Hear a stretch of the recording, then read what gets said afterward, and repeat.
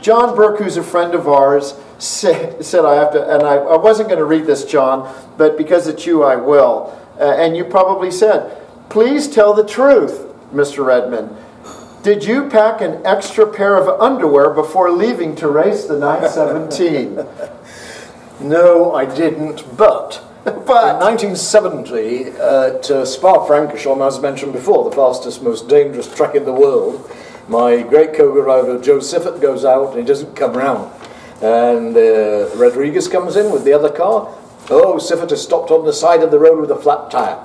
So when he gets back, apparently the front tyre had come off the rim at high speed, 180 or 90 miles an hour.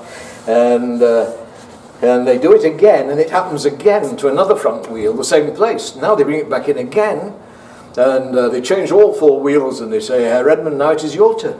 I said, but there's something the matter. Go slowly. So out I go slowly, and the fourth lap, I'm flat out. I go down the Master, 214 into the Master Kink, about 180 through it, 170 round Stavelot, the long right-hander. Now I'm coming back up the uphill straight, and it's a blind, flat-out right-hander, followed by a blind, flat-out left-hander. And I turn into the right-hander, the car goes sideways. The left rear tyre came off the rim.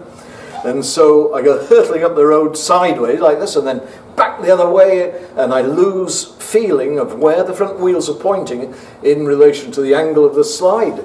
And I'd read that the caster action on the front wheels would straighten it if ever you got into that situation. So at probably 120 miles an hour or so, I took my hands off the wheel, and it straightened. I came back in the pits, I got out, and before saying anything, Joe Siffert, my co-driver, fell on the floor laughing. So I said, what are you laughing at? He said, Brian, you are the colour of your overalls, which were white in those days. So if I ever needed a second pair of underpants, this was it.